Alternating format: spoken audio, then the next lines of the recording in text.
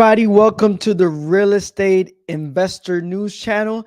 This is your host, Tony Moreno, and today I got three good stories to share with you guys. I think you guys will love it. Again, this is the third episode that we do, so if you're new to the channel, please consider subscribing. And what I do here is I go over the top three stories in today's real estate world. And this channel is aimed for investors, new-time home buyers, experienced investors, or newly investors, or people who just want to know about what's going on in the real estate world. So thank you for joining. Consider subscribing below and hit the thumbs button to show some love. Comment below for any questions you may have or any items that you want to discuss. So let's get right into it. For our first story, we got the Fed is determined not to reduce interest rates too soon, experts say, a mistake the central bank has made in the past. So we discussed previously, I think it was yesterday, I was talking about the CPI numbers came out. So obviously the Fed see that and they're like, oh man, maybe we need to slow down. So this is something that could affect obviously not just real estate, but everybody in general, the whole economy. For our second story, we're seeing that borrowers pick up the pace of refinancing. Now, obviously, refinancing reduced when interest rates were came back up. And the same thing with purchasing houses. But we're seeing that they're picking back up. We're going to go over that story. And a third story, something a little bit different. It's not really a news, but it's an article that I just saw that was posted. 11 popular home updates that are worth the money. So if you considering buying a home or selling a home, or considering increasing the value of your home, we're going to go over 11 items. I'm not going to go over all of them, but go over several of them so you can see what you need to do if you're trying to get ready to sell your house, or if you're trying to just do a flip on your own to either buy it whole or to just sell. So let's get right into it. Again, the first story is the Fed is determined not to reduce interest rates too soon. It says here that the Federal Reserve is in no rush to lower its benchmark rate. Earlier expectations that the central bank was planning multiple cuts before the end of the year seems less likely. So if we go back to the last time, Jerome Powell, who's the Fed chairman, he reported that there might be some cuts this year in 2024 because the economy was looking better than what it did in 2023, 2022. So he kind of in a sense promised that it'll be better, or that there were going to be interest rate cuts. But now he hasn't said anything. Well, as of this article, he hadn't said anything yet. But a lot of people were assuming that we're not going to see these rate cuts because of CPI numbers. And again, I'm not going to go over the numbers that were just a bit higher than the Fed target, which is 2%. And they were, I believe it was 4 point. I can't remember. I already forgot. But it was around the 4% range.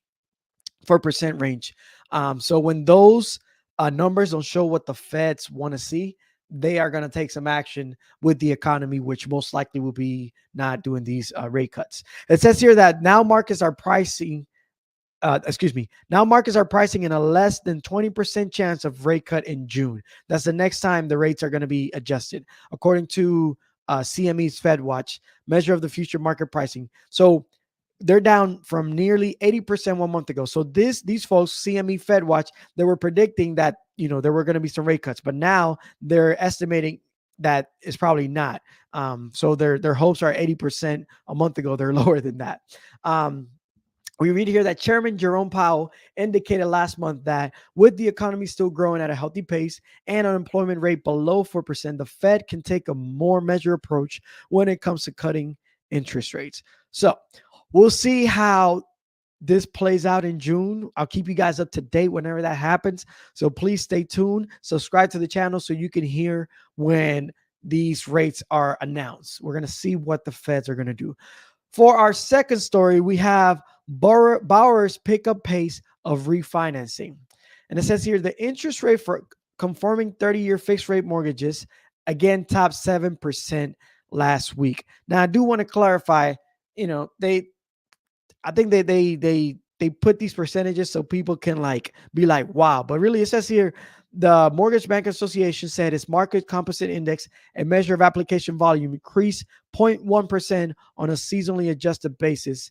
It actually explains it here, but that tiny gain was due to solely a 10% increase in refinancing, plus 4% year over year, whatever. So really, I mean, you see 7% and you're like, wow, but no, I mean, it's overall, it hasn't been that great. But I still wanted to share these charts here. If you see my screen, you notice how interest rates, they came from a 7 point, they peaked at 7.79%, almost 8%. They came back down to the 6% range. But refinancing is still at a pretty decent, flat line. And the reason why is because a lot of people refinanced back in 2021, 2022, where interest rates were super low. So nobody wants to go from like a 2%, 3% interest rate to a 6% because their payments pretty much almost double. So people are still holding on to their property. However, I will say I read we went through an article yesterday. So if you want to go back to see that, where we show that inventory is going up year over year by like 30%. So some people are putting their houses on the market. So because they're kind of getting used to this new rate. Same thing with purchase index. Same thing. It's pretty much actually. Let me see. What do we got? We got the gray line is the purchase index, and the orange is the rate. So really, even though rates went down by 1%, you're still seeing kind of like the same flux of purchased home. So yeah, keep that in mind. Again, we'll keep you updated with how interest rates are doing.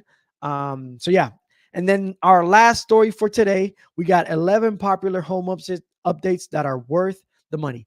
Now, this is me when I do rehabs. And again, if you don't know much about me, I'm a real estate investor. I have about 20 properties. Not 20 properties, 20 doors. I'm sorry, of my own. And when I do some of these houses, these are the items for the most part that I put my money towards. Like, for example, if somebody asks you, hey, if you want to do a fireplace in the back, I do not agree 100% that a fireplace would add a lot of value to a home, because a lot of people, they are fascinated more by like what's inside the house, the wild things. So a fireplace, I don't think is going to increase the value by that much. It may increase, the interest of somebody, but it's not going to increase the value of the house. So first thing is says here, paint. Absolutely. There's not a house that I buy to remodel and I do not add a fresh coat of paint, especially the high demand colors, which are like for indoors, there's like the silver bullet and things like that. So actually, I'm not sharing my screen. Again, I forgot, my bad, people. So again, here's the thing, 11 updates that consider cost and scale. So yeah, we already talked about paint. Backsplash, by all means, that is always something, especially kitchen and bathrooms are the things that, especially females, they love. I mean, guys, we love it too. We can't even lie. But females are like, that's their wow. So backsplash always gives a house a beautiful touch. Windows, yeah, especially if the windows are old. Every time I do a flip, I go ahead and replace all of them, which is a high cost item. But hey, it makes a home buyer wow. Next thing is cabinets for sure. A lot of times, well, not a lot of times, but if they're in good conditions, I just throw in a coat of paint and they look like brand new when you paint them. But obviously, the inside, it depends on how it looks in the inside. But for the most part, I replace all the cabinets as well. Something that's going to add a lot of value. I already mentioned the bathroom. Kitchen and bathroom, it's a must. Most of the time, I put tiles. So that's something that home buyers love when they go see a house. Um, and if you listen in the market with your agent should be able to tell you this. I always put some smelly things, that smell, because people love that stuff. And here it gets siding, yes. Fireplace, is I not totally disagree with it, but I don't think it adds value. I definitely think it'll increase the interest of somebody, but I don't think it adds value. Energy saving thermostats, again, I don't think it's going to add tremendous value, but it's going to probably tell somebody, hey, I might save energy. That's something that I look for in a house. So yes, maybe not.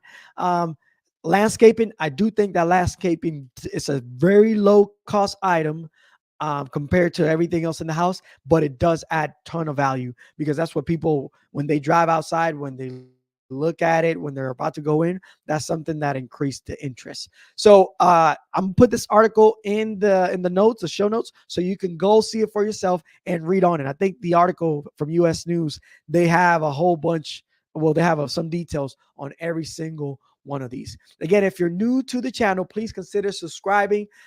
Follow me on social media. I'm at Ant1234 Moreno, ANT. Actually, you can see it down there below. So follow me. I'll post these reels, and I always keep people updated with real estate news and things like that. that going on. So consider subscribing. Please show some love by hitting the like button. And yeah, thank you guys for joining and have a